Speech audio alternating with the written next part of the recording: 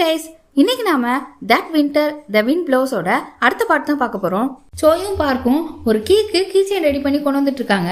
அப்ப அந்த மீரா பொண்ணு இருக்கால, ஜீசுவோட ஃப்ரெண்டு, அவ வந்து ஜூங்கோட காஃபி ஷாப்ல பார்ட்டி இருக்கு, ஆனா ஜீசு இப்ப வரமாட்டேன்றா, நீங்க அவளை கன்வின்ஸ் பண்றீங்களான்னு கேக்குறா. இந்த ஜூங்டே யாரு அப்படின்னா ஒரு ரெஸ்டாரண்ட் வச்சிருக்காங்கல்ல, செக்ரட்டரி வாங்க கூட காசு கொடுத்து ஓபன் பண்ண வச்சிருக்காங்களே, சோயை பார்த்து கூட நான் தான் உன்னோட மென்டர், என்ன ஞாபகம் இல்லையான்லாம் கேட்டிருப்பார்ல, அந்த ஆள் தான். இந்த மீரா பொண்ணும் ஜூங்டேக்கும் உங்களுக்கும் ஆகாதுல, அதனாலதான் நீ எதுவும் பேசாம இருக்கீங்களா அப்படின்னு கேக்குறா.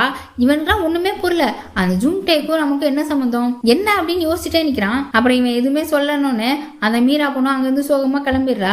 பார்க்கும் சோய் கிட்ட சொல்றான், நீ இனிமே அந்த ஜூங்டேவை பார்த்தா கொஞ்சம் விளங்கியேரு, அவரும் நம்ம ஃப்ரெண்டு சோயும் ரொம்ப க்ளோஸ் போல, ஜீசுவோட அம்மா ரூம்ல இருந்த போட்டோல கூட அந்த ஜூங்டே நம்ம ஃப்ரெண்டு சோய் பக்கத்துல தான் நின்னாரு, அதோட அந்த டைம்ல நம்ம ஃப்ரெண்டு சோய் கையில வேற காயம் இருந்துச்சு, அப்ப அவருக்கு இந்த விஷயம் எல்லாம் தெரிஞ்சிருக்கும்னு சொல்ல சோய் இருந்துட்டு, அப்ப நான் கண்டிப்பா போய் தான் ஆகணும், அவர் நம்ம பக்கத்துல தான் இருக்காரு, ஒரே ஏரியால இருந்துட்டு கண்டிப்பா அவரை அவாய்ட் பண்ண முடியாது, அவருக்கு ஒருவேளை அந்த தழும்பு எந்த கையிலன்றது மறந்து கூட போயிருக்கலாம், அது மட்டும் இல்லாம ஜீசு ஒரு பொருள் கேட்டிருக்கா, இவர் எல்லாரும் கூட க்ளோஸ் மாதிரி தெரியுது, அதனால அந்த விஷயத்த கண்டுபிடிக்கிறதுக்கும் யூஸா இருக்கும், நம்ம கண்டிப்பா பார்ட்டிக்கு போகணுன்ற மாதிரி சொல்றான். இப்ப அப்படி அந்த செடியெல்லாம் வச்சிருக்காங்கல்ல, அந்த ரூம்க்கு வந்தா அங்க செக்ரட்டரி வாங்க உட்காந்து டீ குடிச்சிட்டு இருக்காங்க. கதவு ஓப்பன்ல இருந்தது, அதனாலதான் வந்து பார்க்க வந்தேன், ரொம்ப அழகா இருக்குன்னு சொல்லிட்டு இருக்காங்க. ஆனா சோய் எடுத்த உடனே ஜீசுவோட கண்ணை பத்தி தான் கேக்குறான். ஜீசுவோட கண்ணை நிஜமாவே குணப்படுத்த முடியாதான்னு கேட்க, அப்படி செய்ய முடிஞ்சிருந்தா நான் எப்பவோ சரி பண்ணிருப்பேன்னு சொல்றாங்க. இவன் உடனே இந்த விஷயத்த நீங்க ஏன் என் அம்மா கிட்ட சொல்லாம இருந்தீங்கன்னு கேக்குறான். நான் சொன்னேன், உங்க அம்மாக்கு கால் பண்ணி ஜீசுவுக்கு உடம்பு சரியில்லைன்னு சொன்னேன், நீங்களே ஹாஸ்பிட்டல்ல கூட்டு போய் பாத்துக்கோங்கன்னு சொன்னதா சொல்றாங்க. பிரைன் டியூமர்னு தெரிஞ்சுமா எங்க அம்மா அப்படி சொன்னாங்கன்னு கேட்க, நான் உடம்பு சரியில்லைன்னு சொன்னேன், ஹாஸ்பிட்டலுக்கு கூட்டு போங்கன்னு சொன்னாங்க, ஒருவேளை நான் அவங்களுக்கு கால் பண்ணது பிடிக்காம இருந்திருக்கலாம், அதனாலதான் என்கிட்ட ஹாஸ்பிட்டல் கூட்டு போய் சொல்லிட்டு போனை வச்சிருக்கலாம் அப்படின்னு சொல்றாங்க.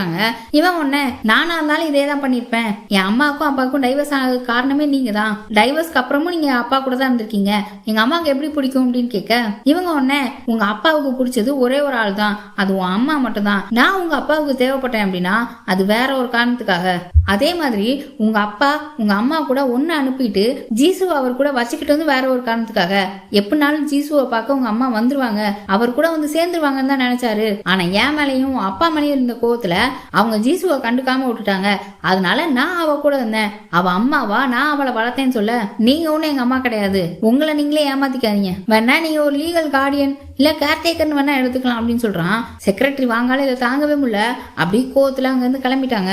இந்த செக்ரட்டரி வாங்க நல்லவங்களா கெட்டவங்களான்னு இன்னும் புரியல, ஒவ்வொரு இடத்துல அவங்க கெட்டவங்க மாதிரி காட்டுறாங்க, ஆனா ஒவ்வொரு இடத்துல ஜீசு மேல ரொம்ப அக்கறை இருக்க மாதிரி காட்டுறாங்க. இப்ப அவங்க ஜீசு ரூமுக்கு போய் பெட் எல்லாம் அரேஞ்ச் பண்ணி அவளை படுக்க வச்சுட்டு அப்படியே கொஞ்சம் பேசலான்னு அந்த மணி அழகா இருக்குன்னு ஸ்டார்ட் பண்ண, ஜீசு டக்குன்னு எனக்கு டயர்டா இருக்கு அப்படின்னு மூஞ்சி திருப்பிக்கிட்டா. அப்ப கதவை யாரோ திறந்து மூடுற மாதிரி சத்தம் கேக்குது. நம்ம சோய் தான் அங்க கிரீன் ஹவுஸ் சாவிய கீச்சைன்ல மாட்டி எடுத்துட்டு வந்தான்ல, அதை உள்ள வந்து குடுக்காம கதவு ஹேண்டில்லையே மாட்டி விட்டுட்டு போயிருக்கான். செக்ரட்டரி வாங்க அதை எடுத்துட்டு வந்து ஜீசு கிட்ட கொடுத்துட்டு வெளியே போயிட்டாங்க. ஜீசு அந்த கீச்சைனை கையில வச்சு ரொம்ப சந்தோஷப்படுறா, அவளுக்குன்னு ஒருத்தர் இருக்காருன்றதே அவளுக்கு ரொம்ப சந்தோஷமா இருக்கு. இப்ப அடுத்த நாள் சோயும் ஜீசுவும் ட்ரெஸ் வாங்க வந்திருக்காங்க.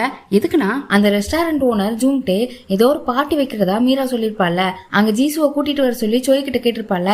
இப்ப சோய் ஜீசுவை அங்க கூட்டிட்டு போலான்னு முடிவு பண்ணிட்டான். ஏன்னா அந்த ரெஸ்டாரண்ட் ஓனருக்கு சோய நல்லா தெரிஞ்சிருக்கு, அவரை பத்தி தெரிஞ்சுக்கணும், அவருக்கு இந்த காயத்தை பத்தி தெரியும்ன்றதுக்காக அங்க போலான்னு முடிவு பண்றான். அதான் ட்ரெஸ் வாங்க ஜீசுவை கூட்டிட்டு வந்திருக்கான். அவளை இன்னும் அந்த பார்ட்டிக்கெல்லாம் வர சொல்லி கன்வின்ஸ் பண்ணல.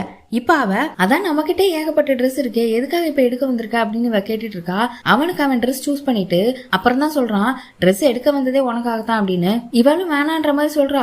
ஆனா அவன், என் பக்கத்துல இருக்க பொண்ணுங்க அழகா இருக்குன்னு நான் எப்பவுமே நினைப்பேன், அதனால எடுத்துக்கோன்னு சொல்றான். இவளும், ஏன் நான் அழகா இல்லையா, நான் அழகா ட்ரெஸ் பண்ணிக்கலையா, என்கிட்ட நிறைய ட்ரெஸ் இருக்கதான் செய்யுது, ஆனா என்ன பிரயோஜனம், எனக்கு தான் தெரியாது எது அழகு எது அழகா இல்லைன்னு, அப்புறம் ஏன் நான் நல்லா ட்ரெஸ் பண்ணிக்கணும்ன்ற மாதிரி கேக்குறா. அவன், எனக்காக ட்ரெஸ் பண்ணிக்கோ, என் கண்ணுக்கு நீ அழகா தெரிஞ்சா உனக்கு சந்தோஷம் இல்லையா அப்படின்னு கேட்டு அவளுக்கு மேக்கப் எல்லாம் பண்ணி ட்ரெஸ்ஸிங் எல்லாம் பண்ணி கூட்டு வராங்க. இவனுக்கு அவ ரொம்ப அழகா தெரியுறா. அப்புறம் அவளோட கையை பிடிச்சி அவன் கை கூட கோத்துக்கிட்டு, உனக்கு கல்யாணம் ஆகுறப்போ அப்பா இருக்கிற இடத்துல நான் இருப்பேன் அப்படின்னு சொல்லிட்டு இருக்கான். இப்ப கார்ல போயிட்டு இருக்காங்க. இப்ப ஜீசுக்கு தெரிஞ்சிச்சு போல அந்த பார்ட்டிக்கு தான் கூட்டிட்டு போயிட்டு இருக்கான்னு பாதிலே கார் நிறுத்த சொல்லி இறங்குறா. தட்டு தடு மாதிரி போயிட்டு இருக்கா. இவன் பின்னாடியே போய் பிடிக்க, டாக்ஸியை கூப்பிடு நான் போறேன் அப்படின்னு சொல்றா. இவளுக்கு அந்த பார்ட்டிக்கு போகவே விருப்பம் இல்ல. ஏன் உன் ஃபர்ஸ்ட்ல அவங்க இருப்பானா, உன் ஃப்ரெண்ட்ஸ் எல்லாம் உன்னை பார்த்து பரிதாபப்படுவாங்க சந்தோஷப்படுவாங்களா, எதுக்கு இப்படி பண்ணிட்டு இருக்க அப்படின்னு சொல்ல அவ அப்பதான் கோவத்துல கத்துறா, உனக்கு என்ன தெரியும் என் கஷ்டம் அப்படின்னு சொல்லிட்டு. அப்போ ஒரு பிளாஷ்பேக் சொல்றா, சின்ன வயசுல ஸ்கூல் படிக்கும்போது இவளுக்கு ஒரு ஃப்ரெண்ட் இருந்திருப்பா போல, அவதான் இவளுக்கு ஹெல்ப் பண்ணி இருந்திருக்கா கண்ணு தெரியாத டைம்ல.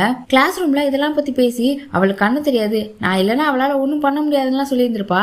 அந்நேரம் ஜீசு இதை கேட்டுறா, அவளுக்கு ரொம்ப வருத்தமா போயிடுது, அப்படியே கண்ணெல்லாம் கலங்கி அழுதுட்டு இருக்கா. இப்ப திரும்ப பிரசன்ட்ல சோய்கிட்ட, நீ என்ன நினைச்சிட்டு இருக்க, இந்த சமுதாயம் என்ன ஏத்துக்குமா, என்ன பின்னாடி என்னெல்லாம் பேசுவாங்க தெரியுமா, எவ்வளவு அவமானப்படுத்துவாங்க, என்ன பார்த்து சிரிப்பாங்கன்னு சொல்ல. அப்ப அவங்க முன்னாடி தலை நிமிந்து நின்று காட்டு, வாழ்ந்து காட்டு, நான் இன்னும் 2 மாசத்துல போறேன், அதுக்கப்புறம் 4 சவத்துக்குள்ளே அடைஞ்சு கிடப்பியா, நீ வெளியில வா, தனியா இருக்கிறது எவ்வளவு கஷ்டம்னு எனக்கு தெரியும் அப்படின்னு சொல்லி அவன் கண்ணீரை தொடக்கிறான். ஒரு வழியா சமாதானப்படுத்தி பார்ட்டிக்கும் கூட்டிட்டு வந்துட்டான். இந்த பார்க் பைய வேற பார்ட்டிக்கு முதலா வந்துட்டான் போல. அப்ப அந்த ரெஸ்டாரண்ட் ஓனரோட ஒய்ஃப் ஒரு போட்டோவை கொண்டு வந்து அங்க மாட்டுறாங்க. அது யாரான்னு பார்த்தா இந்த சாரா பொண்ணு, சோயோட பழைய கேர்ள் ஃபிரெண்ட். அவனை ஜெயிலுக்கு அனுப்புனால அவதான். இந்த ரெஸ்டாரண்ட் ஓனர் ஜூங்டேக்கு அந்த பொண்ணை ரொம்ப பிடிக்கும் போல. இவ மாடலா ஆக்ட்ரஸான்னு தெரியல, ஜூங்டேக்கு பிடிக்கும்ன்றதுக்காக அவனோட ஒய்ஃப் அந்த போட்டோவை ரெடி பண்ணி வாங்கிட்டு வந்திருக்காங்க.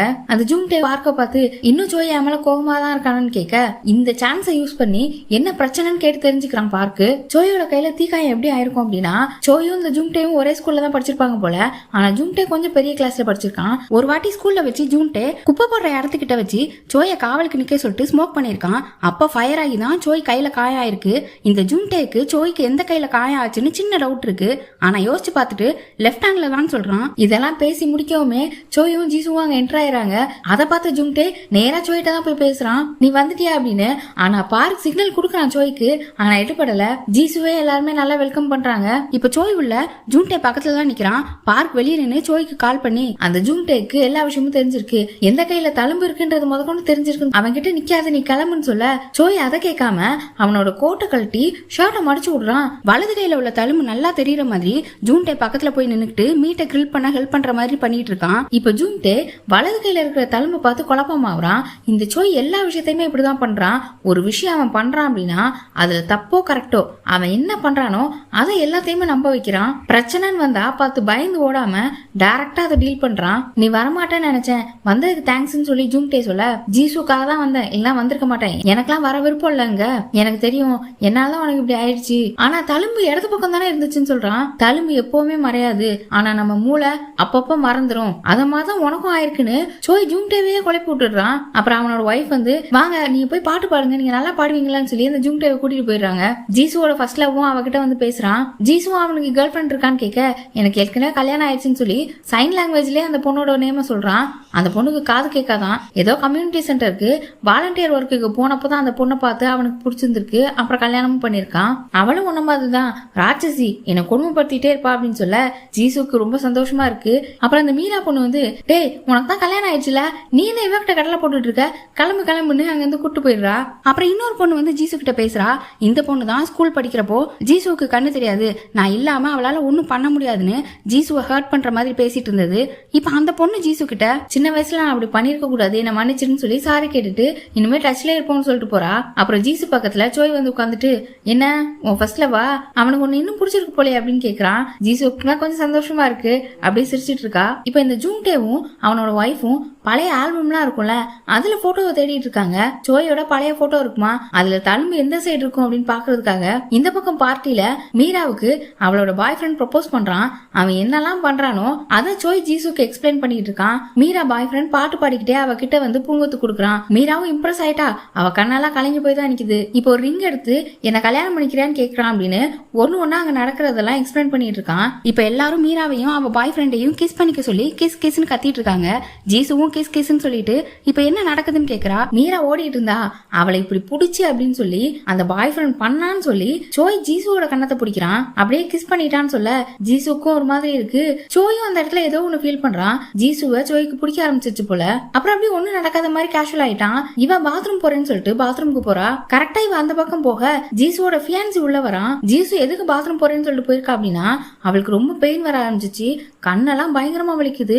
ரொம்ப முடியாம வழியில அப்படியே கீழே உட்காந்துட்டு இருக்கா. இந்த ஜீசுவோட ஃபியான்சி சோயை தனியா கூப்பிட்டு ஜீசுவை கல்யாணம் பண்ணிக்கிறதுக்கு அவளோட அப்பா சம்மதம் கொடுத்துட்டாரு, நான் உங்களோட சம்மதத்தையும் எதிர்பார்க்கறேன்னு சொல்ல, நீ என்ன வேணாலும் பண்ணிக்கோ அப்படின்னு சொல்லிட்டு அங்க இருந்து கிளம்ப பாக்குறான். நீங்க கொஞ்சம் சீக்கிரமாவே கிளம்பிடுறீங்களா, நீங்க இங்க இருக்கிறது எனக்கு அந்த அளவுக்கு கம்ஃபர்டபுளா இல்ல அப்படின்னு சொல்லிட்டு போறான். சோய்க்கு கொஞ்சம் கடுப்பா தான் இருக்கு, ஆனா என்ன செய்ய முடியும். அப்புறம் ஜீசு அங்கேயே விட்டுட்டு அங்க இருந்து கிளம்பிடுறான் போல. போயிட்டு இருக்கும்போது தான் ஒரு சிக்னல்ல நிக்கிறான். அப்ப தற்செயலா ஒரு கடையை பாக்குறான். அந்த அந்த கடை தான் ஜீசுவோட அம்மா ரூம் இருக்குல்ல, அங்க ஒரு போட்டோல பஞ்சு மிட்டாய் எல்லாம் வச்சிட்டு இருப்பாங்க.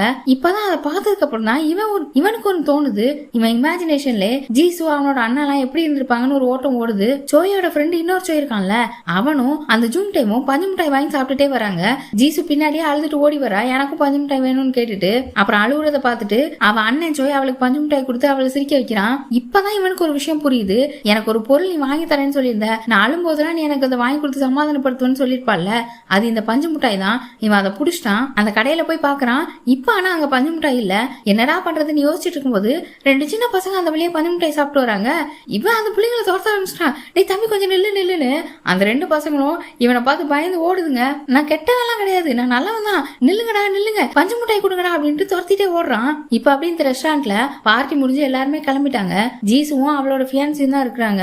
என்னாச்சு ரொம்ப குடிச்சிட்டு இருக்கேன்னு சொல்லி ஜீசுவோட ஃபியான்சி கேட்க, சோய் இங்க இருக்கிறதுனால உனக்கு பிடிக்கலையா, என் பக்கத்துல கூட வரமாட்டேன், இப்ப வந்து பேசிட்டுலாம் இருக்க, நம்ம என்கேஜ்மெண்ட்க்கு அப்புறம் நீ ஒரு டீ கூட என் கூட சேர்ந்து குடிச்சது இல்ல அப்படின்னு சொல்லி பேசிட்டு இருக்கும்போது சோய் அங்க வந்துடுறான். நான் சொல்லாம போயிருக்க கூடாது, விட்டுட்டு போயிருக்க கூடாது அப்படின்னு சொல்ல, அதான் போயிட்டல அப்படின்னு சொல்லிட்டு கோமா அங்க இருந்து ஜீசு எஞ்சி போயிடுறா. கார் கிட்ட தான் வெயிட் பண்ணிட்டு இருக்கா.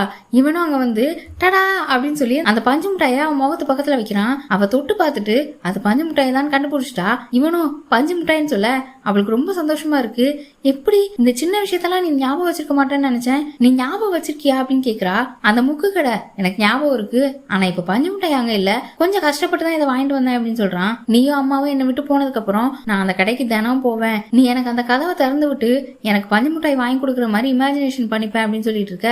அட லூசு, நீ வாங்கி சாப்பிட்டு இருக்கலாம்ல அப்படின்னு கேட்க, அம்மா அது வாங்கக்கூடாதுன்னு சொல்லியிருக்காங்க, பல்லு சொத்தையாயிருன்னு சொன்னாங்க, அதனால நான் வாங்காமலே இருந்தேன். சின்ன வயசுலயே நம்ம வாங்கிட்டு அம்மா கிட்ட வாங்கலன்னு சொல்லுவோம், ஆனா அவங்க பின்னாடியே வருவாங்க அப்படின்னு சொல்லிட்டு இருக்கும்போது அவன் அந்த சென்டென்ஸை கம்ப்ளீட் பண்றான். ஆமா, பின்னாடியே வந்து நம்மள போட்டோ வேற எடுத்துப்பாங்க, அப்புறம் நான் தான் சிக்கல்ல மாட்டுவேன், உனக்கு பஞ்சு மிட்டாய் வாங்கி கொடுத்ததுக்கும் அள வச்சதுக்கும் அப்படின்னு சொல்லி சிரிக்கிறான். இவளுக்குன்னா ரொம்ப சந்தோஷம், இவன் உண்மையாவே நம்ம அண்ணன் தானா அப்படின்னு யோசிக்க ஆரம்பிச்சிட்டா. அப்புறம் 2 பேருமே பஞ்சு மிட்டாய் சாப்பிடுறாங்க.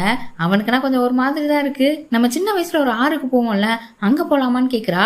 இவனுக்குன்னா எந்த ஆறுன்னு தெரியாது, இவன் தான் உண்மையான அண்ணன் இல்ல, எந்த ஆறா இருக்கும் என்ன அப்படின்னு யோசிக்கும் போதுதான் இவன் ஃப்ரெண்டு ஜோய்க்கு பிடிச்ச ஆறுன்னு சொல்லி பார்க் அவனோட அஸ்தி ஒரு ஆத்துல கரைச்சிருப்பான்ல, அந்த ஆறு ஞாபகம் வருது. அதான் இருக்கும் அப்படின்னு சொல்லி சரி போலாம் அப்படின்னு சொல்லி அங்கேயும் கூட்டு போறான். சின்ன வயசுல இவங்க அந்த ஆத்துக்கு பிக்னிக் எல்லாம் போவாங்க போல. இன்னொரு பக்கம் அந்த டானை காட்டுறாங்க. அவன் இப்போ சோயோட வீட்டுல தான் தங்கியிருக்கான். சோயோட வீடு சொத்து பத்தி எல்லாத்தையும் தான் புடிச்சிட்டாங்களே. அங்க ஜீசுவோட ஃபியான்சி வந்து காலிம்பல் அடிக்கிறான். இந்த டான் வந்து கதவு திறந்ததுமே இது சோயோட வீடான்னு கேக்குறான். அந்த டான் இருந்துட்டு எந்த சோய், பிஎல் குரூப்போட வாரிசா இல்ல அந்த களவாணி பைய சோயா அப்படின்னு கேக்குறான். இனி அடுத்தடுத்து என்ன நடக்க போகுதுன்றத அடுத்த வீடியோல பார்க்கலாம். நம்ம சேனலை இன்னும் நீங்க சப்ஸ்கிரைப் பண்ணாம இருந்தா சப்ஸ்கிரைப் பண்ணிருங்க. அப்படியே வீடியோ பிடிச்சிருந்தா லைக் பண்ணி ஷேர் பண்ணிருங்க. Bye by.